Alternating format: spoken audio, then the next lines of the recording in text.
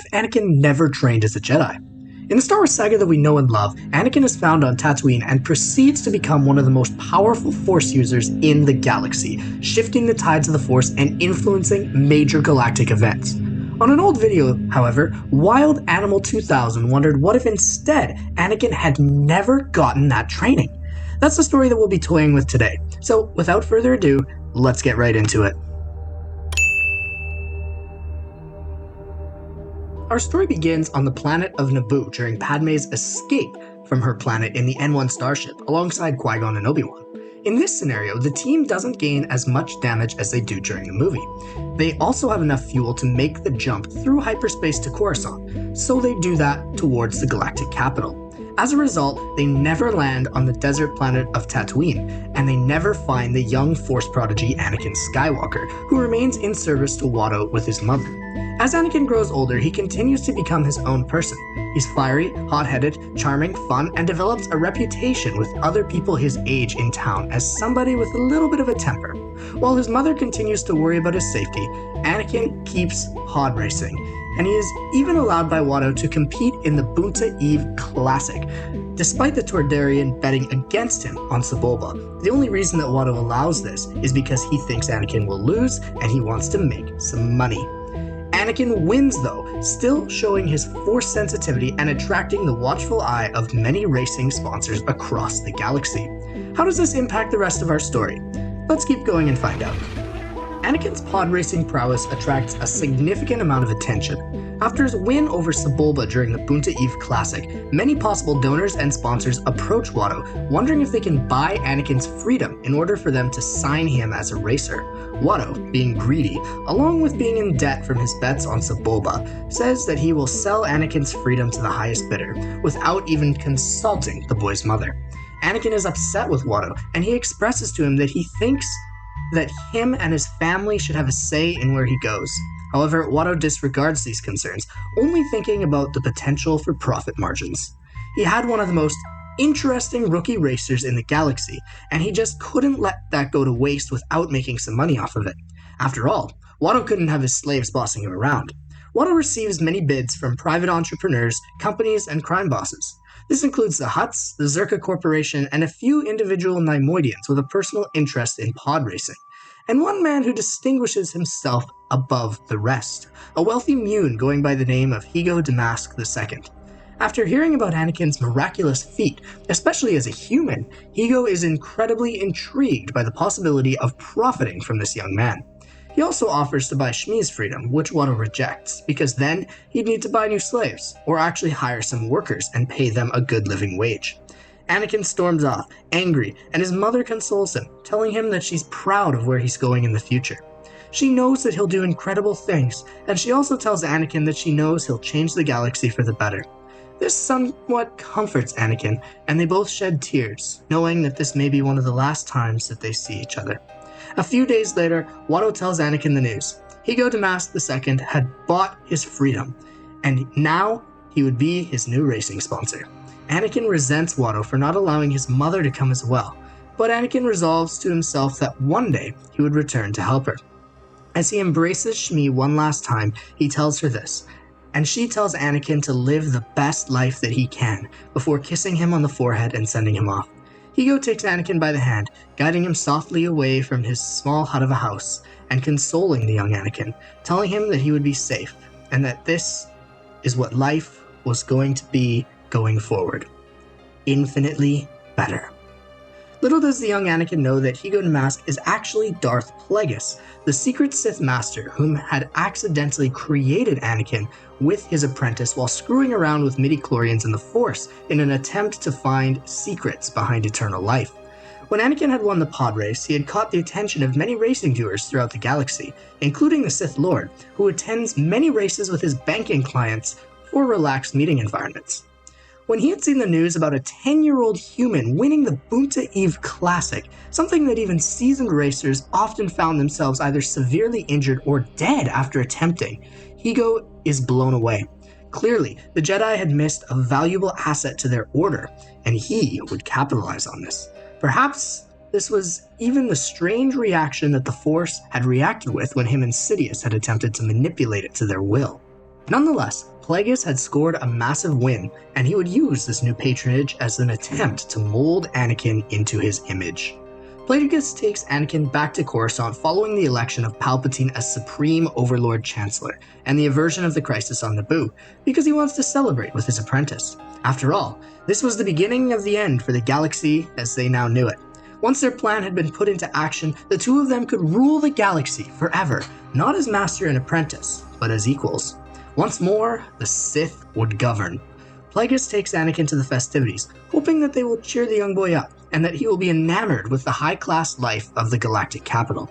He gets Anakin into a classy outfit to wear to Palpatine's celebration, and he shows him around the ivory towers of the planet's cityscape.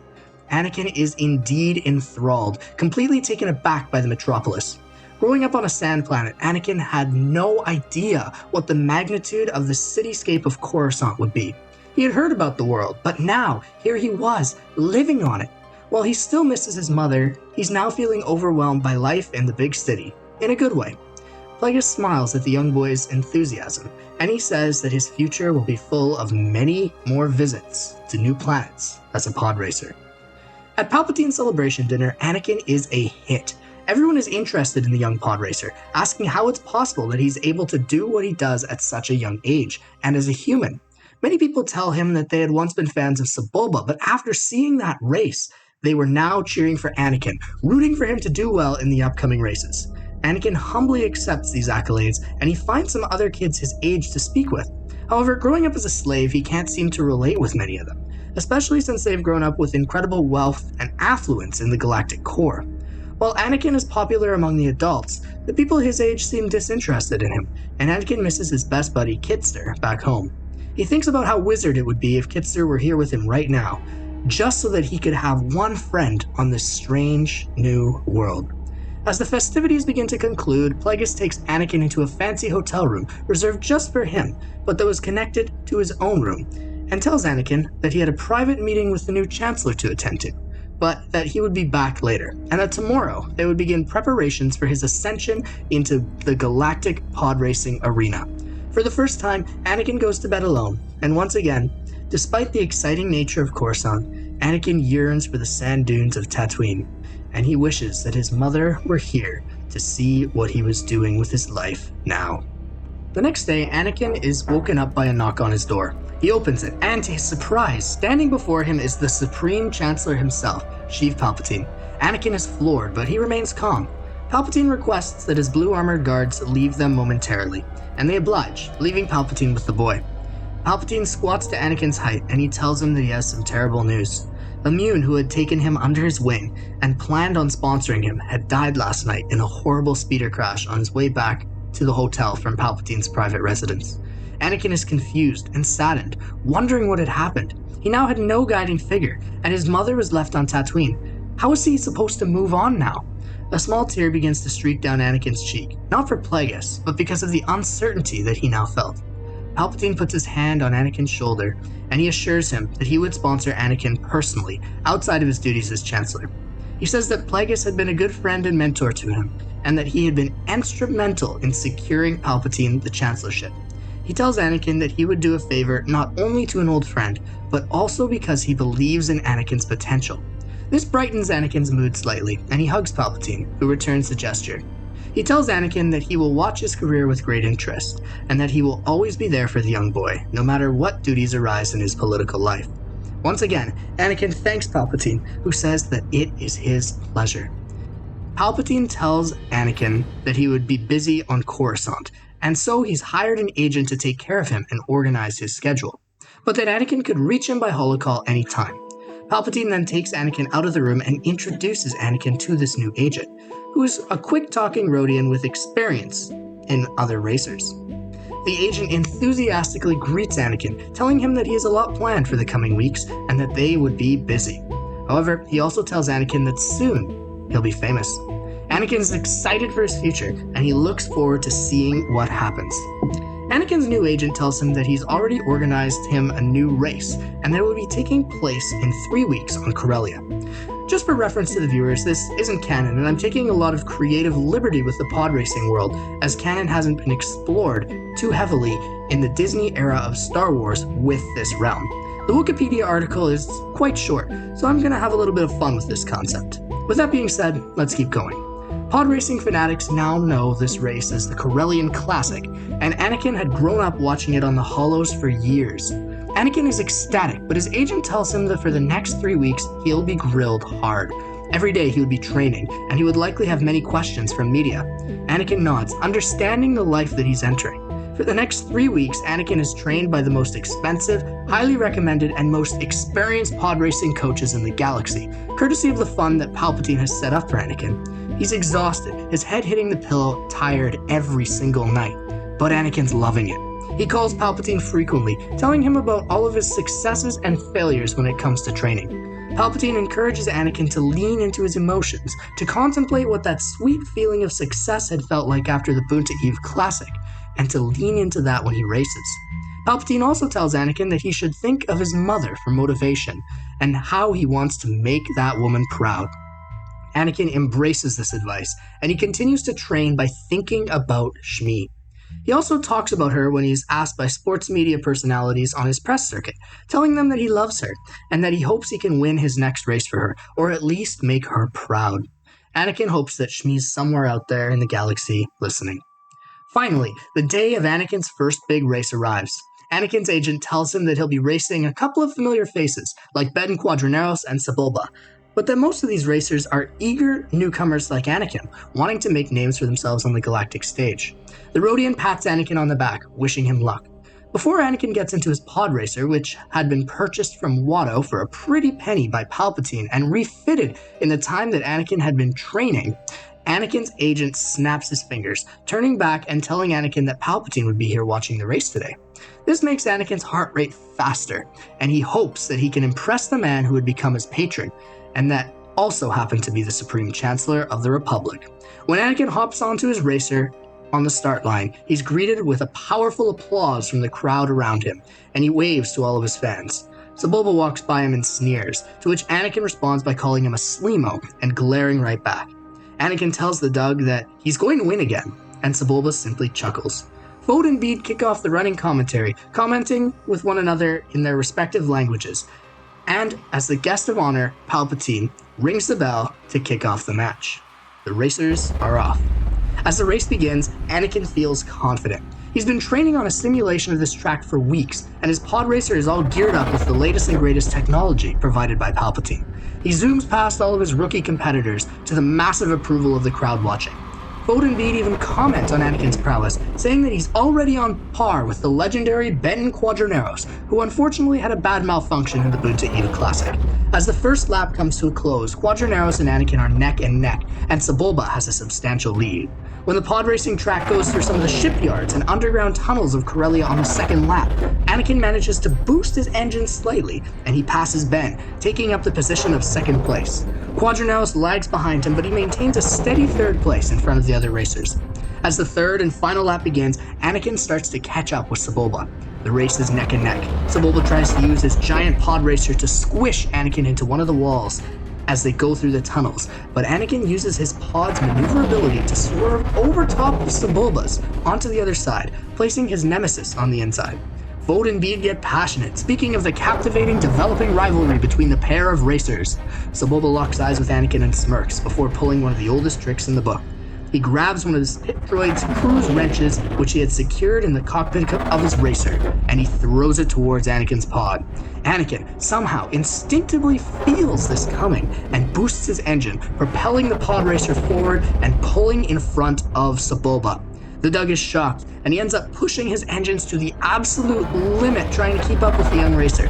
In this desperate effort, he doesn't notice that his right engine is overheating, and quickly, a fire erupts in it. Sebulba keeps trying to push forward to the finish line, and he is so close. However, eventually, his pod starts to overheat, and he's forced to touch down just before the end of the race. Anakin flies over the finish line, placing first.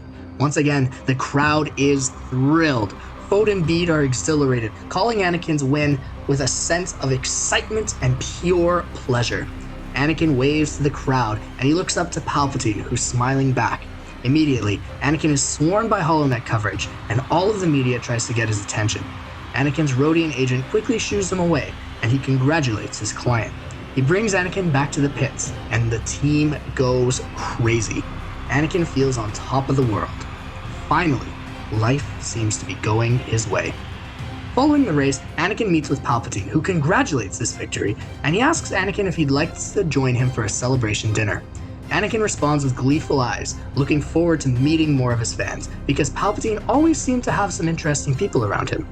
Anakin wears a pristine outfit to the dinner, and he slicks his hair in a fashionable way. When he first arrives, Chancellor Palpatine introduces Anakin to one of his good friends, Queen Amidala, who's come all the way to wish the young boy a job well done, and to visit the fine dining establishments of Corellia. She's done up in one of her royal outfits, and Anakin is enthralled. He drops his angel line that he uses in The Phantom Menace, and Padme laughs in response, saying that he's a charming young man. When Padme departs to speak with other people present at the dinner, Palpatine tells Anakin that Padme is a very respectable politician and a leader who had been responsible for aiding the aversion of the Trade Federation crisis on her homeworld that had recently taken place. Anakin is immediately infatuated with Padme, and he adds her to his list of motivations to keep racing, to impress the Queen of Naboo. Palpatine smiles. He had implanted seeds of emotion with Anakin, one that would hopefully grow into passion over the coming years. Palpatine could sense the young boy's arrogance growing with every win, and he also could sense that Anakin was still incredibly attached to his mother. Hopefully, as the years went on, Palpatine would be able to morph him into the perfect successor to the Sith lineage. Time passes, and Anakin grows older. As he does, his temper also grows. He places well in most of his races, but he can't stand not being the best. He wants perfection in every single pod race that he enters, and he can't stand anything short of being first. Otherwise, he'll be in a frustrated mood. He often sulks away into solitude, even shutting out his agent during these moments. Anakin also becomes an inspiration for other human pod racer prospects that believe that if Anakin can do it, then they can too. This makes Anakin happy, but he also has a sense of jealousy about him. At one point, he had been the only human in the galaxy with this speciality. Now, there are many others just like him trying to do the exact same thing. Anakin is still the best human to race, but he still is a little bit irked that others are trying to gain his position. Anakin continues to race, and he continues to make a significant amount of money. He gains many sponsorship and advertising deals, and Anakin becomes a very wealthy individual outside of Palpatine's patronage. In some of the rest time between his races, Anakin begins to think about his mother again.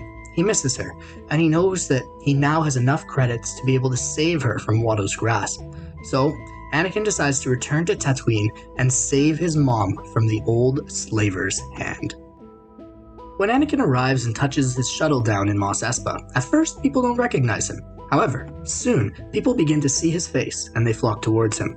They all know his story and they see him as an inspiration, especially since many of them are still slaves.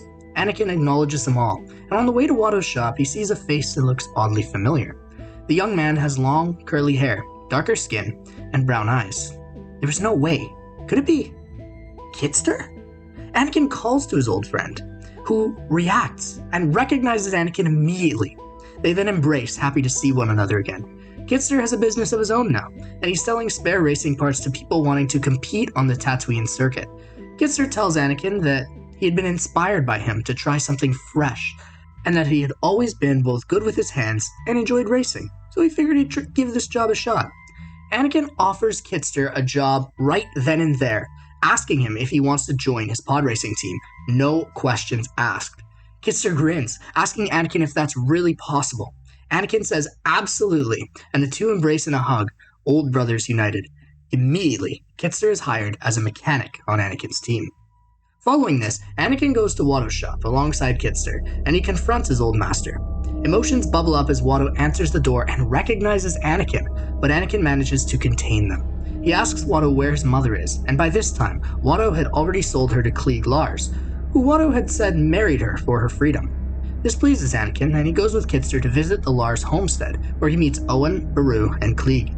Anakin is told of Shmi's abduction, and he instantly leaves to try and find her on his own. He tells Kitster to remain at the household, as it would be safer. When he arrives at the Tusken camp, he finds his mother in much the same state as she is in Attack of the Clones, and she once again dies in his arms. This time, Anakin doesn't have the Force ability nor the skills with a lightsaber to mow down the Tuskens with brutality like he does in Attack of the Clones. However, he still tries to kill them. In his robes, he carries a small blaster, and he attacks the perceived brutes that killed his mother, exacting his vengeance. In close quarters combat, Anakin pulls out a vibroblade that he had been concealing as well, and he stabs many of the Tuskens that try to fight back. While Anakin is unable to defeat the entire camp, he still leaves many of their men severely wounded or dead before taking off in his speeder with his mother's body in tow. Upon his arrival at the Lars homestead, they grieve with Anakin, and they bury his mother in the sands near their residence, just like in Attack of the Clones. From that moment forward, Anakin swears to race every single one of his races going forward in remembrance of his mother, and he tells Kitster to hold him to that promise. The pair then depart the Lars homestead, and Anakin is filled with fiery rage. Soon, the Clone Wars begin to play out. Everyone starts taking sides, and Anakin begins to take heat for many, due to the fact that Chancellor Palpatine is an unpopular figure among racers who are seeking to separate from the Republic. Palpatine, upon hearing about Anakin's anger about his mother, begins to reveal more to the young man. He starts to tell Anakin that he would often meditate to focus his negative emotions, which had helped him gain clarity during difficult moments. He teaches Anakin the art of Sith meditation, and Anakin begins to feel more in tune with his dark side. Before every race, he meditates, and he feels sharper. As the races go on, Anakin leans into these darker emotions, and he starts to conduct trickery, just as his nemesis, Sebulba, had always done. Anakin's ego is unstoppable, and his motivation for success continues. As Anakin continues down this path, his old friend, who he still is infatuated with, and some of the hollow tabloids across the galaxy rumor that he often will go on dates with outside of the public eye, Padme Amidala begins to notice this change in him. She brings this up with Anakin, whom she had been beginning to develop real feelings for over the years, and Anakin dismisses her. He still really likes her too, but he thinks that these new attitudes and techniques are really helping him to improve his performance on the task at hand. Padme says that she isn't so sure, but she trusts him. One day, however, everything that both of them thought they knew changes. Anakin, who despite his affiliations with the Chancellor, had managed to maneuver around every single question related to his political affiliations with the help of his agent. But he's still racing on every world possible. Once again, I'm going to be loose with the laws of canon here, but for the purposes of our story, we'll say that he's on a racing track on Raxis Prime, the capital of the Confederacy of Independent Systems. Anakin, against the advice of Padme, Palpatine, and his agent, decides that he still wants to race it, seeing that his longtime rival, Sebulba, is going to be taking part, along with another one of the individuals that he had raced long ago on that Boonta Eve Classic, Gasgano, the four-armed guy. Anakin wants to prove himself once again to the entire galaxy, and he doesn't care that many separatists have a distaste for him due to his ties to Palpatine. He goes to Raxis, ready to race. When he arrives at the starting line, Anakin knows that this will be one of the biggest races of his life, and that he'd have to prove something to all of the people here. He tells Kitster how he's feeling before the race begins, and Kitster reminds him to think about his mother, not just himself. This grounds Anakin slightly, and he realizes that he hasn't been racing for her over the past few years of the Clone Wars. Instead, he's been racing for himself, becoming a liar and a cheater, just like Sebulba. Anakin thanks his friend before getting onto the track, and he feels humbled.